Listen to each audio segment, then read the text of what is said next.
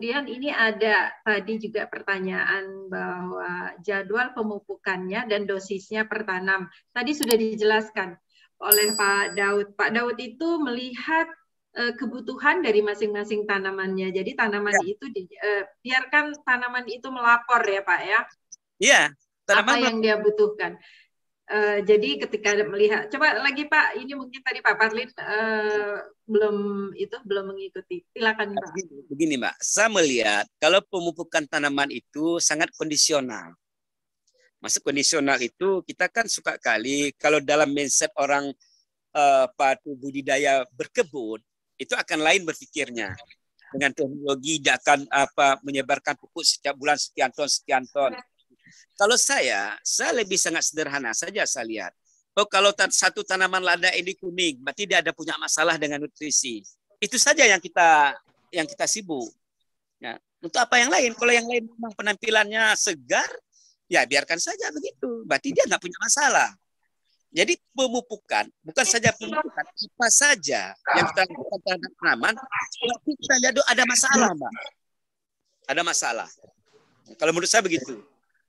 Ya, Pak, kalau kita bicara bisnis, meski memang kita tadi kalau himbauan Pak Daud, kita jangan berpikir jadi pengusaha, tapi paling tidak ini bisa menambah income bulanan untuk rumah, gitu ya Pak ya?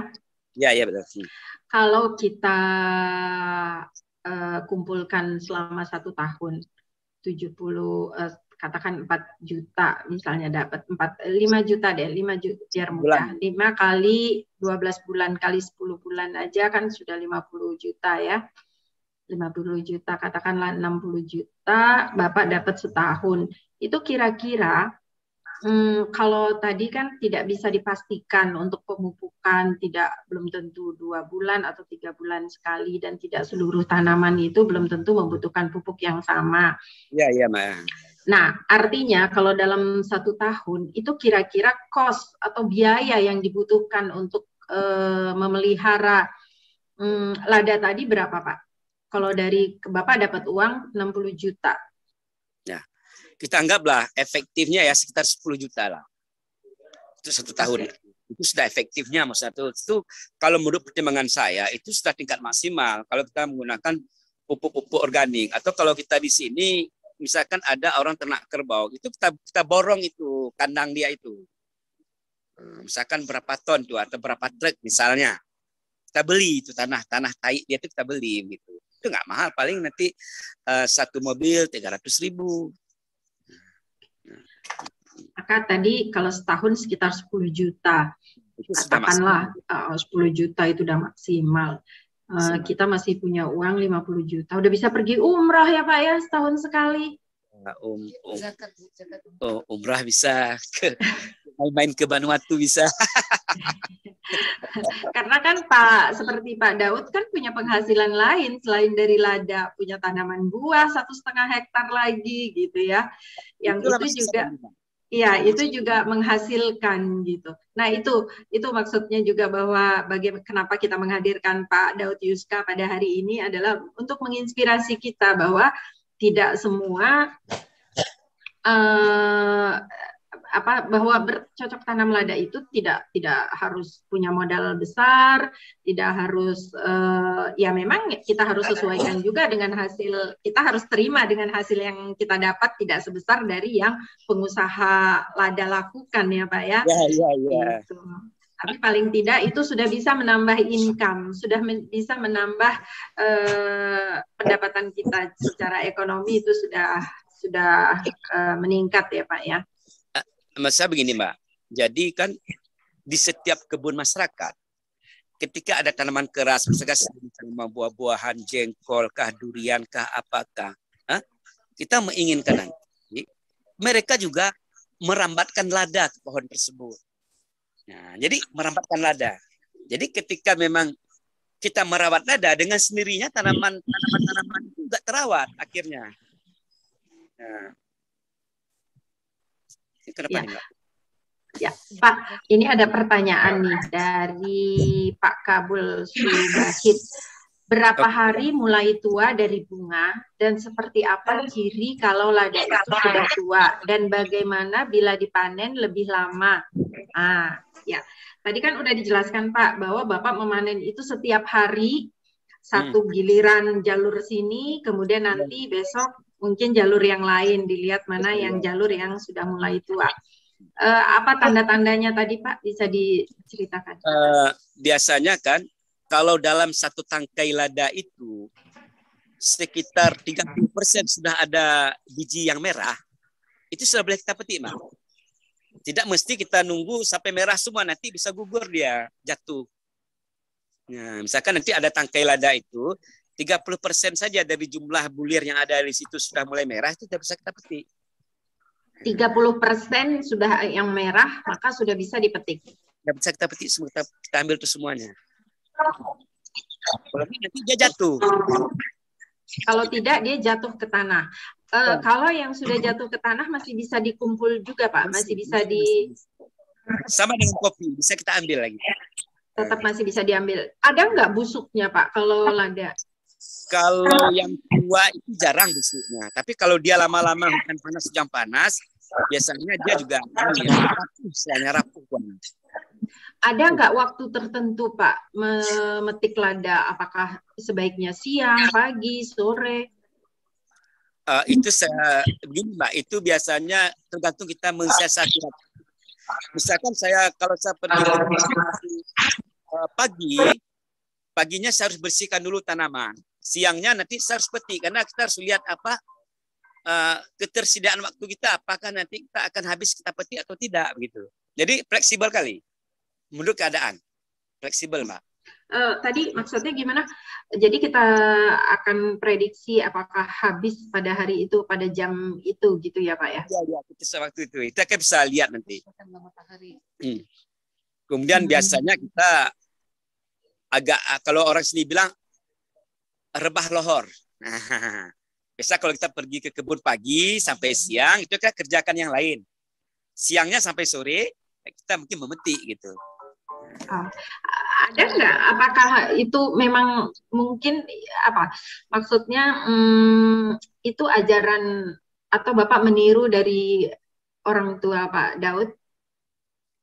Enggak, kenapa? Misalnya pada saat lohor ke asar gitu ya, atau sore. Jangan-jangan kan kita nggak tahu ini Pak. Jangan-jangan sebenarnya ada maksud dari sana gitu loh. Misalnya mungkin pas pelangkahannya, Mbak ya. Iya. Orang sini pas pelangkahannya. Iya, jangan-jangan memang kadang-kadang kan yang seperti ini orang tua kita, leluhur kita ya, nenek moyang kita lakukan itu, tapi mereka tidak dengan kita tidak lakukan riset untuk itu. Padahal memang ada maksud sebetulnya gitu loh. Mungkin pada saat itu dia lebih mudah dipetik gitu, kan bisa jadi ya. Tapi enggak, Mbak. Kadang-kadang ada juga pagi. Kadang-kadang kalau ada teman, kadang-kadang kapan dia, oh nih banyak ketua nih, kami petik dia. Maksudnya begini, dalam hal pemanenan itu tidak ada langkah-langkah khusus. Jadi kita lihat saja. Oh, kadang-kadang ada juga yang hari ini seharusnya kita petik, karena nggak sempat ya kita tunda sampai besok. Nah, gitu kan, karena satu dan lain hal misalnya. Jadi Pak, dari mulai putih ya, dari bunga sampai ke pemanenan itu berapa lama? Sampai ke merah tadi berapa hari, berapa bulan, berapa hari? Itu bisa juga mencapai terkadang lebih dari 1 bulan. Lebih dari 1 bulan. Bisa lebih dari 1 bulan nanti kan. Atau bisa mencapai, kalau yang bagus nanti mungkin sampai 2 bulan misalkan nanti. Dia begini, Mak, kalau kita lihat memang sebaiknya kalau kita panen itu kan merah semua. Nah, tapi karena rata-rata kalau saya lihat kemarin pengalaman itu ada yang gugur. Tapi walaupun tidak merah semua, tapi yang hijau-hijau itu sudah tua juga. Sudah tua dia. Nah, sudah tua. Itu juga sudah bisa dipanen itu meskipun masih hijau. Kan dia kan harus kita ambil satu karang kan, satu tangkai. Nah, kalau kopi bisa kita pilih-pilih kan yang merahnya aja, ini kan kecil. Jadi langsung ambil semua ya Pak ya? Semua dia, tapi udah tua dia, walaupun warnanya masih hijau yang lain, tapi dia udah tua, Pak. Pak, dari itu pengaruh nggak pada nanti hasilnya, Pak, hasil setelah keringnya, setelah menjadi lada? Itu jelas. Menjadi bulirnya lebih kecil gitu atau apa? Rasa? Nah, kalau begini, nanti kan kalau yang tua itu dia kan keras jadinya. Bagus dia. Nanti kalau yang itu jadi lembek dia. Waktu masa perendaman tuh nanti kalau kita pencet udah ini dia. Hancur. Hancur dia kalau dia nggak tua. Nah, untuk bulir, untuk besaran bulir yang sudah jadi, kalau Bapak jual itu pengaruh nggak? Misalnya kalau dia yang besar ada dibedakan nggak dengan yang biji yang lebih kecil gitu? Beda-beda, Mbak. Beda harga beda. Ya? Memang ada juga dia memang sudah tua tapi dia kecil. Nah, itu kita pisahkan, yang akhir-akhir gitu kita pisah. Kita ambil yang bagus-bagusnya saja nanti. Ada juga itu. Oh, jadi ada standar juga ya Pak ya ketika si pedagang ngambil dari Bapaknya? Ada. Dia memang kasar-kasar nanti. Yang kasar, yang kecil-kecil itu nanti ya kita bisa juga bikin dalam bentuk bubuk lain nanti. Bapak melakukan itu juga, dijadikan bubuk kemudian dijual? Tidak, karena kan orang kalau di tingkat lokal, karena kan kita belum mampu membuat ada teknologi saset. Kayak misalkan yang bermerek kayak alat daku atau apa kan. Nah, orang pasar dia tetap butuh yang ini. Yang biasa yang butir-butir itu dia nggak minta yang bubuk. Nah. Ini hari ini ada yang hadir nggak Pak dari Dinas Pertanian atau Dinas Perindustrian atau apa ini yang bisa mungkin berbagi juga Bapak Ibu, bila ada yang ingin sharing tentang ini, tentang lada, boleh angkat tangan agar saya sapa.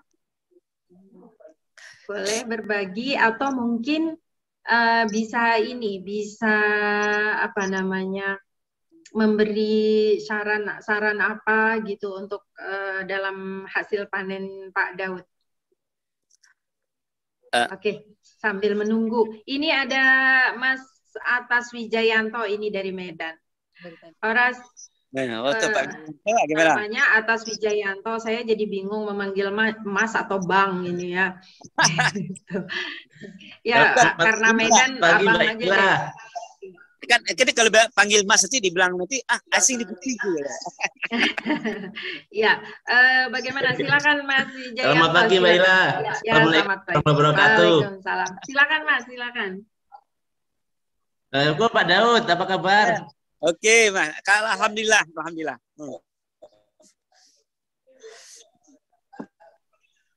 Nah, alhamdulillah.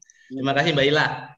Ya, sebenarnya saya pun dari Jawa ini Mbak Ila, dari Banyuwangi. Cuman sudah 30 tahun saya di Medan, jadi udah hilang emasnya. Hilang Medan. Memang sangat menginspirasi sekali apa yang disampaikan Pak Daud tadi. Yang selama ini kita kurang memperhatikan. Kalau kita ada lahan pekarangan atau ada beberapa buah di belakang rumah itu nggak kita manfaatkan gitu. Jadi apa yang disampaikan Pak Daud tadi sangat menginspirasi kita gitu, dan produksinya pun lumayan. Nanti mohon dijelaskan nanti Pak Daud, kalau memang di bawah yang sudah ternaung-naung itu masih bisa nggak ya ditanami lada ini gitu? Apa harus agak terbuka gitu? Dia begini. Saya bilang tadi Mas ya, dia tuh agak kondisional. Maksud kondisional begini. Ketika lada nanti ditumbuh misalkan dalam sinar matahari yang full, pasti akan berbeda di dalam yang agak redup-redup sedikit. Iya. Tapi kan yang redup-redup ini kalau memang bisa kita manfaatkan, kenapa tidak maksudnya? Kan hasilnya pasti beda nanti kan. Misalkan kita tanam dia dengan biji tersendiri, dengan kita rambatkan ke pohon. Terima kasih. Sukses. Ya, silakan lanjut Pak Daud. Jadi maksud tadi. Jadi kalau agak gelap nggak apa-apa itu Pak Daud ya? Nggak apa-apa. Itu kan ada beberapa foto yang saya kirim itu yang pohon-pohon besar, yang di pohon durian, di pohon apa begitu kan. Nah, tetapi itu seharusnya di bonsai. Ya, misalkan kalau di belakang rumah kita di pohon coklat pun bisa. Nah, pohon misalkan jambu biji. Oh, jambu bagus biji. sekali kalau begitu. Mungkin kalau di Sumatera Utara ini karena iya. Berarti kalau di bawah rambutan pun bisa, di bawah sawit pun bisa gitu. Jadi bisa kombinasikan. Nanti sawitnya 1 hektar, ada ladanya 1 hektar, berarti bisa menghasilkan 2 hektar. Ini Mbak Ila, nampaknya sangat menguntungkan Tapi sekali bagi kalau petani di kita ini. di sawit mungkin akan repot mungkin enggak ya? Karena pemetikan panennya. Begini, sawit itu tanaman sangat egois. Masa begitu segini, Mbak. Dia itu hanya bisa hidup dia sendiri. Nah, karena naungannya itu kayak gua ya. Kayak gua. Nah, kalau misalkan ya betul, gini, gelap itu gelap. Kalau ada kebun kelapa misalkan, kita di sela-sela pohon kelapa itu masih bisa kita tanam singkong, tanam semangka, itu tidak bisa terjadi di sawit. Ya, memang agak egois sawit, dia hanya bisa hidup sendiri, kecuali memang andai pun jaraknya kita atur pun memang daunnya ini sekali tertutup. Nah, mungkin agak susah kita ke sana dengan sawit, mungkin agak susah kita rambatkan. Tapi kalau memang ada juga yang pohon yang sifatnya tembak mataharinya ada, boleh dicoba, nggak apa-apa. Coba aja barang 10 batang atau 5 batang kita tes. Nah, ternyata dia tidak mengapa-mengapa, ya tinggal kita lanjutkan. Iya, Pak Daud, ini seperti pohon rambutan, pohon durian itu kalau besar kan nggak ada matahari juga yang masuk, Pak Daud kan? Saya pikir perlakuan kita terhadap rambutan yang salah. Dia tanaman tidak boleh terlalu rimbun, apa saja dia, entahkah jengkol, entahkah rambutan. Saya lihat rambutan kita yang ada di masyarakat ini dibiarkan terlalu banyak rimbun. Ya, rimbunnya itu ternyata tanaman dia nggak butuh rimbun. Ya.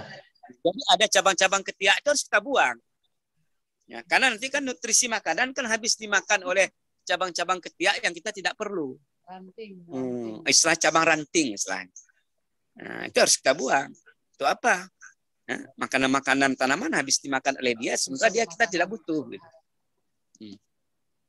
Ya. Sudah berarti ya dipangkas Pak. sehingga matahari masih bisa masuk ke bawah ya?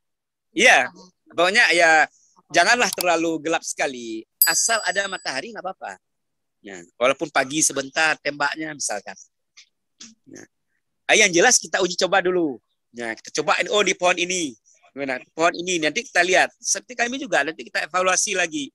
Ya, timbul lagi nanti hubungan psikologis kita dengan lada, nanti udah tahu kita nanti ada hubungannya lagi. Oh begini, dia tidak mau begini gitu. Jadi tidak ada aturan khusus, jadi sangat fleksibel dan kondisional. Saya pikir hampir semua tanaman begitu. Ya, terima kasih Pak Wijayanto untuk partisipasinya. Terima kasih untuk pertanyaannya. Ini yang Pak Daud sampaikan ini, saya membayangkan seperti ini mungkin nenek kakek kita zaman dulu ya. Betul-betul secara alami. Kalau hidroponik bisa nggak ya Pak? Kalau untuk lada, sudah pernah coba belum Pak? Kemudian kita lepas dia menjadi organik, biasanya timbul masalah. Jadi ketidakstabilan nutrisi yang masuk. Register di KSM Bineh Rimba ini anggotanya ada 26 orang.